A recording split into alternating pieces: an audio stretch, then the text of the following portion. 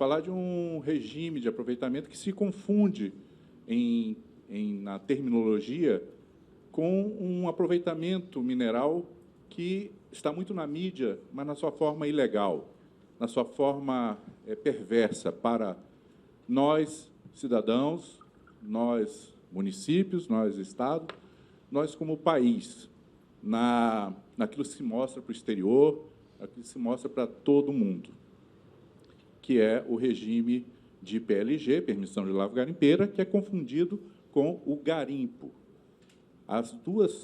A palavra garimpo é aplicada tanto para descrever a atividade em uma PLG, como para descrever uma atividade ilegal.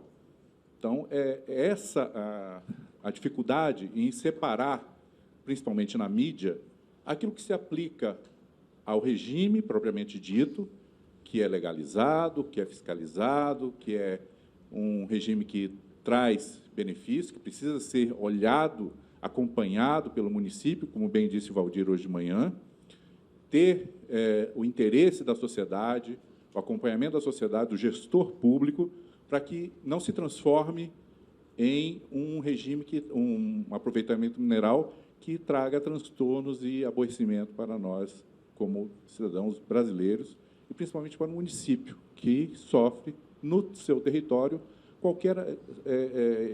de todas as formas, qualquer aspecto, qualquer atividade econômica que exista nele. Eu vou falar aqui, então, do regime de permissão de lavra garimpeira.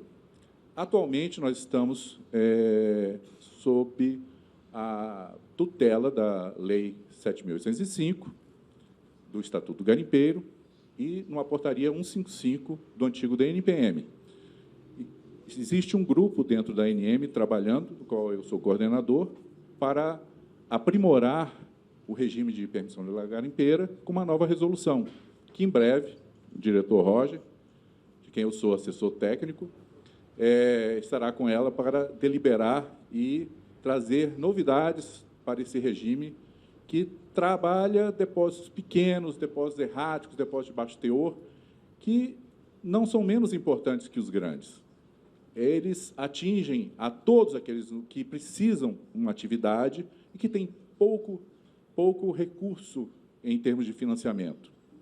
Tá? Mas não se trata vamos dizer, de uma atividade que envolva pouco dinheiro.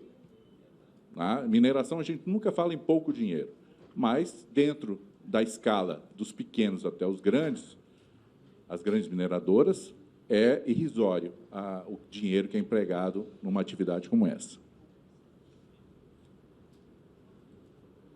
Como já foi dito, a ANM é o gestor do patrimônio mineral brasileiro e o aproveitamento mineral sempre é necessária a autorização da ANM. Dentro da questão a nossa Constituição Federal, tem vários artigos que se referem diretamente à mineração ou indiretamente a ela, se tratando que os bens minerais são patrimônio da União e tratados exclusivamente por ele. Aquele que exercer atividade e causar dano ou terá que reparar esse dano, enfim, não vou descrever todos, mas eu vou deixar essa apresentação como um guia, porque ele incorpora várias coisas que foram ditas pelos meus colegas que me antecederam. Novamente, os regimes, com as suas características, cada um deles. A permissão de lavra garimpeira, que independe de pesquisa, porque esse regime parte do princípio que o jazimento existe, que o mineral está ali no território, então não há necessidade de uma pesquisa prévia.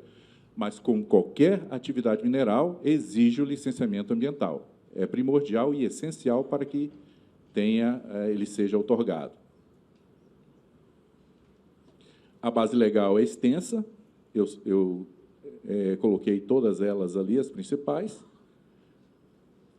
Os bens minerais garimpáveis estão ali citados. Né? Essa lista de bens minerais ela tem característica de definir alguns bens que são especificamente relacionados a jazimentos, como no caso do ouro, diamante, casterita, columbita, tantalita, wolframita, que eles só podem ser considerados garimpáveis se eles estiverem em depósito aluvionar, coluvial ou eluvial. Os demais, eles são caracterizados pela própria substância ou em jazimentos que a ANM vem a designar. Então, existe a possibilidade técnica, sim, de um bem mineral ser incluído em função do seu jazimento. Então, essa lista está aberta, ela é uma lista, não é uma lista fechada. Inclusive, a nova resolução que nós estamos tratando inclui 2 bens minerais que podem ser, a depender da avaliação da diretoria colegiada, incluídos nesse rol de substâncias garimpáveis. Como já foi dito, as áreas máximas para o regime de PLG, não vou repetir. Esse é o fluxo simplificado de análise processual de uma permissão de lavra garimpeira dentro da ANM. Isso é o que vocês veem por fora, bastante simplificado, mas internamente esse é o fluxo. Então, existe uma complexidade de análise em função dos documentos apresentados, das exigências a serem cumpridas.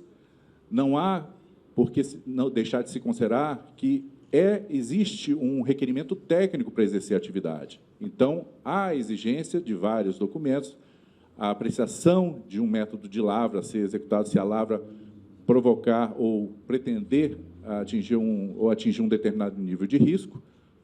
Então, é exigida uma documentação técnica. Se essa permissão de lavra garimpeira ocorrer em faixa de fronteira, se ocorrer em proximidade de unidades de conservação, enfim, tem uma série de rigor a ser tratado, que esse processo é um pouco mais longo. Dividir, então, pode ser dividido, isso se aplica também aos outros regimes. A primeira etapa, o requerimento propriamente dito. A segunda etapa, análise de prioridade, isso serve para qualquer regime. A terceira etapa, análise do requerimento em si, com a comparação de documentos e tudo mais. Esse parecer leva à declaração de aptidão, que é emitida com licenciamento ambiental, a licença de instalação. Para a PLG é necessária a licença de instalação para essa emissão dessa declaração. E a quarta etapa, a outorga do título, que é condicionada à licença ambiental de operação. Tá? Já foi dito pelos colegas, o início se dá pelo cadastro no GovBR, protocolo digital. Aí, as páginas estão aí para visualização.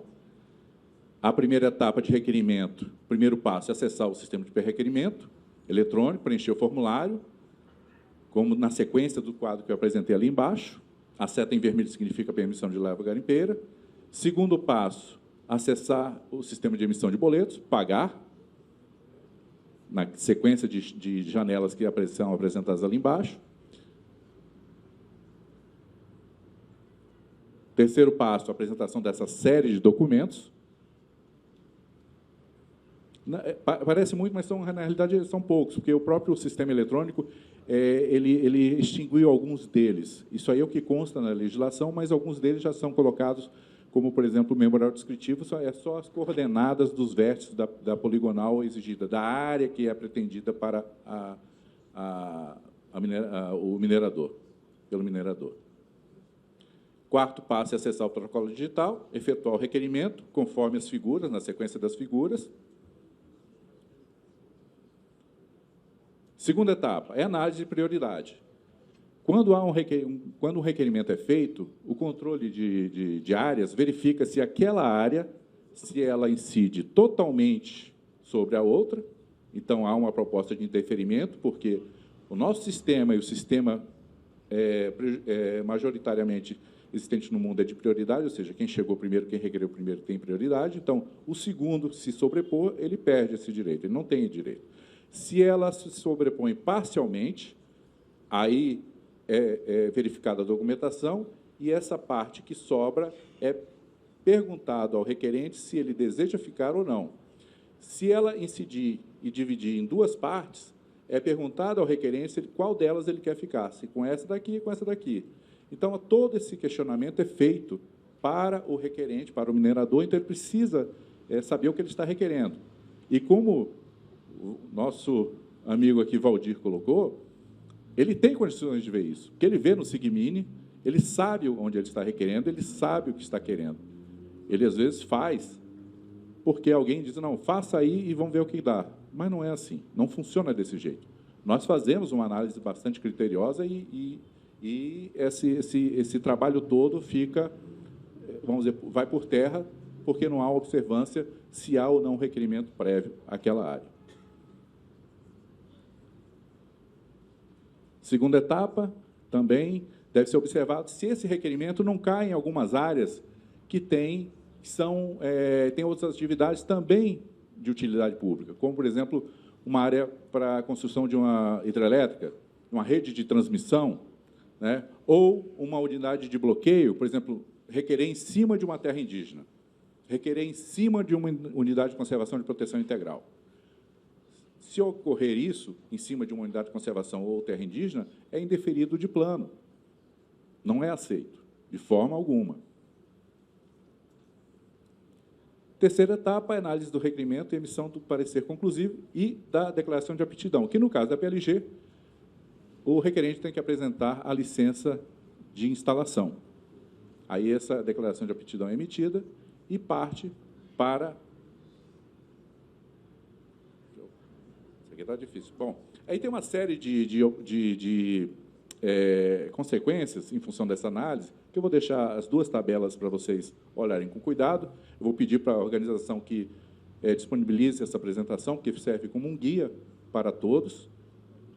Eu não vou detalhar, mas é uma tabela que tem as análises, o que resulta em cada análise e que ocorre, que o gestor pode acompanhar isso exatamente para ver o quanto interesse tem no seu território, essas duas tabelas. E a quarta e última etapa, que é a da verificação da licença ambiental. É verificada a validade, se o titular é aquele mesmo, se se trata da mesma substância que foi requerida na ANM, também aqui consta na licença ambiental, a localização da área licenciada, e é bom que o órgão ambiental coloque na licença, fica mais fácil para a ANM, se ela fizer uma referência ao processo minerário. No corpo dessa licença conste o processo minerário, que aí fica mais fácil vincular a licença ao requerimento minerário, ao processo minerário.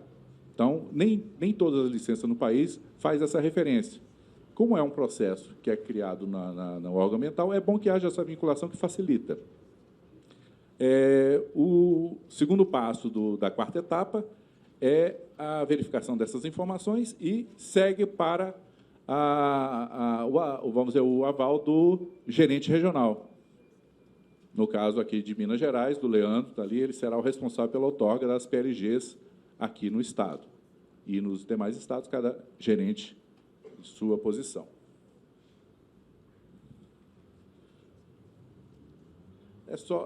Estou citando os tipos de licença ambiental média no país, né? E, como o Carlos mencionou na palestra dele, se houver necessidade de supressão de vegetação ou intervenção em área de proteção permanente, há necessidade de uma licença, de uma autorização para a supressão de vegetação. Então, o órgão ambiental tem que conceder essa autorização, se for assim o seu desejo, obviamente. E tiver... Esse é o fluxo de um licenciamento ambiental para a PLG, em que, obtendo a licença de instalação, ele obtém a declaração de aptidão na ANM. A seguir, é emitido, é otorgado o título de PLG, que ela só tem eficácia com a licença ambiental, a licença de operação. Nenhum título otorgado pela ANM tem eficácia sem a licença ambiental. É uma regra. Todos os regimes em que a outorga pela ANM exige para que eles tenham validade, que eles possam operar a licença ambiental. No caso do ouro, nós temos uma situação específica. O ouro produzido por uma permissão de lavra garimpeira, ele percorre o fluxo do ouro ativo financeiro. Nós temos no Brasil 3 rotas para o ouro. O ouro comercial, que é aquele vendido por grandes empresas, é vendido como mercadoria, que depois vocês vão discutir Lei Candir e tudo mais. O ouro financeiro, que é este aí, que segue para uma instituição autorizada pelo Banco Central, as famosas DTVMs, que são os primeiros adquirentes de ouro proveniente de PLG, pagam 1% de OF. e recolhe CEFEM no primeiro adquirente. E o ouro cambial. O ouro financeiro e o ouro comercial, eles transitam entre si. Eles podem se transformar em um e outro a depender do mercado e da situação. O ouro, quando vai para o lado cambial, ele vai para a reserva dos países. E no mundo inteiro esse ouro não sai daí. Ele não se transforma mais em ouro financeiro e nem em ouro comercial. Ele serve como lastro. Daí aí ele fica. E o outro bem mineral que tem um caminho específico é o diamante, que tem um certificado próprio, chamado CPK, abreviadamente, que é a certificação do processo Kimberley, que foi criado em função dos diamantes que eram comercializados a partir de países africanos, onde havia guerra, onde havia desrespeito a direitos humanos. Então, esse processo foi criado para controlar a origem dos diamantes. E o Brasil é o único país que participa do processo Kimberley no mundo que tem todo esse processo em forma digital. Então, todo esse processo não corre mais em papel, não há mais intervenção de um ou de outro para a obtenção. É todo ele feito dentro da própria ANM.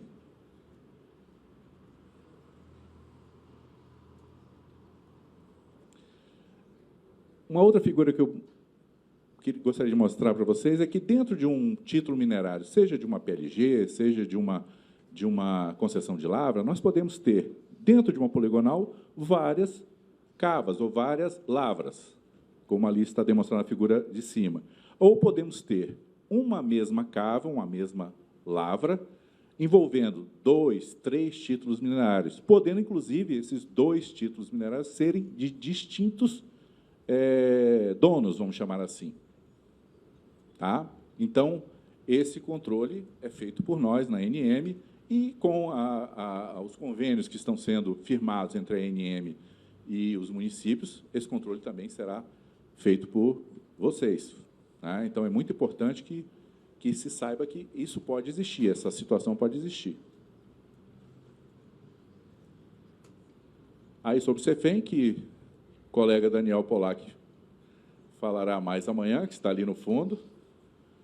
Tenho certeza que ele vai atender a todas as respostas, aquelas que vocês sempre quiseram perguntar e nunca tiveram coragem. Amanhã terão a oportunidade de contar com a ajuda desse nosso brilhante servidor. Então, essa é a participação que cada um recebe, né, da CEFEM. 60% para municípios e Distrito Federal, onde é a produção. Municípios e Distrito Federal, quando afetados, 15%. DF e estados, onde ocorre a produção, 15%. ANM, 7%, que a gente não vê. O Fundo Nacional de Desenvolvimento Científico e Tecnológico, 1%. O CETEM, que é o Centro de Tecnologia Mineral do MCTI, do Ministério de Ciência, Tecnologia e Inovação, 1,8%. O IBAMA, com 0,2%. Gostaríamos nós de receber esses 7%.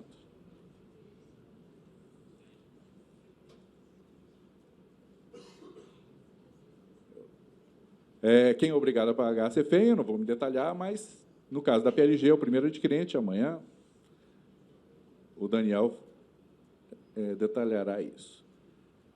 Com a nova resolução que nós estamos trabalhando, eu vou apresentar aqui, se eu não me engano, 8 itens que são novidades. São novidades ou aprimoramento. Primeiro, atualização da delimitação do conceito de depósito de substância garimpável. Então, com relação àquele e outros que a ANM pode designar, nós vamos detalhar características técnicas que vão colocar mais, vamos dizer, objetividade e técnica nessa, vamos dizer, designação. Tirará o caráter subjetivo. Ampliação do rol de substâncias minerais. Posso citar um, que é o caulim de pegmatitos, que é uma substância que nós propusemos nessa minuta de resolução para entrar no rol de substância garimpável. O aproveitamento de rejeitos estéreis. A maioria dos garimpos, ou das PLGs, vamos falar de PLG, não de garimpo, para não fazer aquela confusão entre o legal e o ilegal, que volta e meia sai na mídia. A maioria das PLGs na Amazônia está trabalhando o rejeito, porque uma PLG normal, ela aproveita 40% a 50% do ouro no seu primeiro beneficiamento. E resta, então, 50% a 60% do ouro ainda nos rejeitos. E vocês veem isso aqui em Minas também, com relação ao ferro.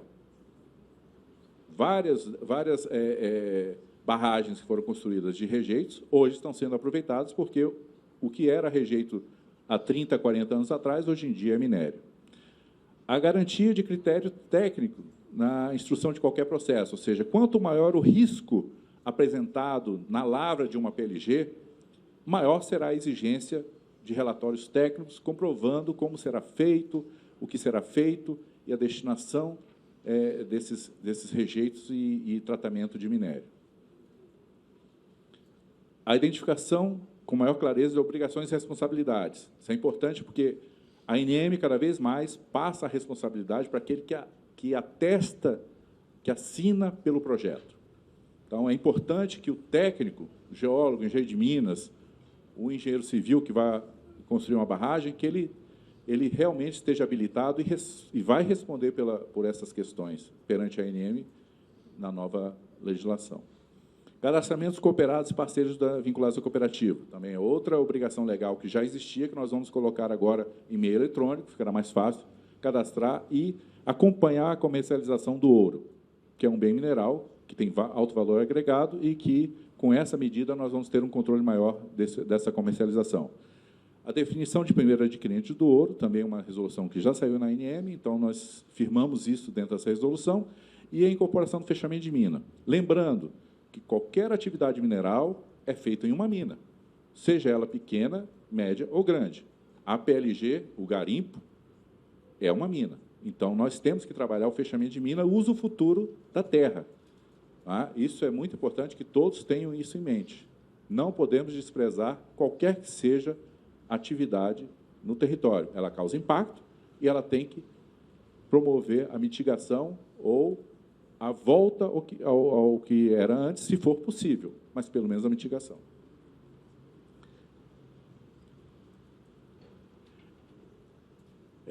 Penúltima figura. Isso aí é só para lembrar a quantidade, por isso a questão do tratamento de rejeito e a questão do fechamento de mina é muito importante. Se nós olharmos ali o ouro, 99,99% de uma atividade mineral envolvendo ouro é rejeito. Tá? Então, é importante que nós olhemos com cuidado isso, para um melhor aproveitamento e maior benefício para todos nós, para a sociedade, para a ANM, para o país.